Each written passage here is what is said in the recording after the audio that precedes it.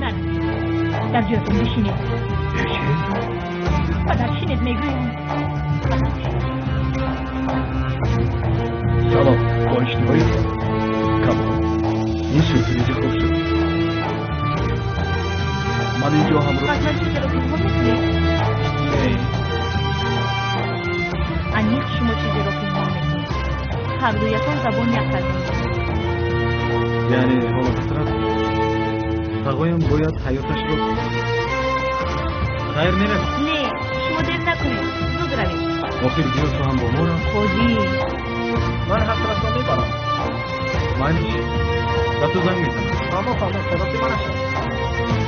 مبارک شد. سلامت باشید مادر جان.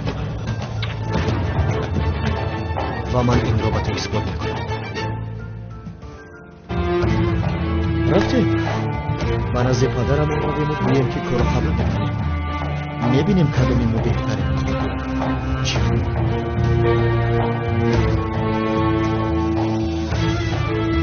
آیده هم زرم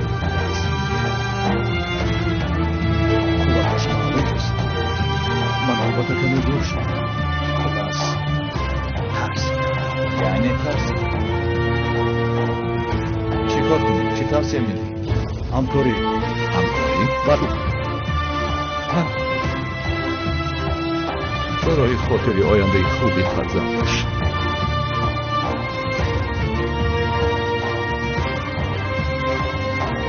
پدری من شخصی بانو خوب میفهمی؟ بعد گرفتن این صورت با کمال نکردی؟ یعنی کمال چی جواب داد؟ به خدا که دیدن که وضعیت دوامش را خودت فهم زود از آنجا دور شدم.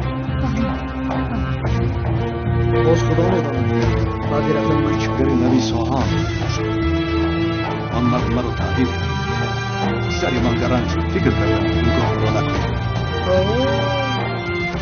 اگر از حمله اول دست کشیدنی باشه با خود شریکی نبود جستجو میکنم. سوزان خطرناک است.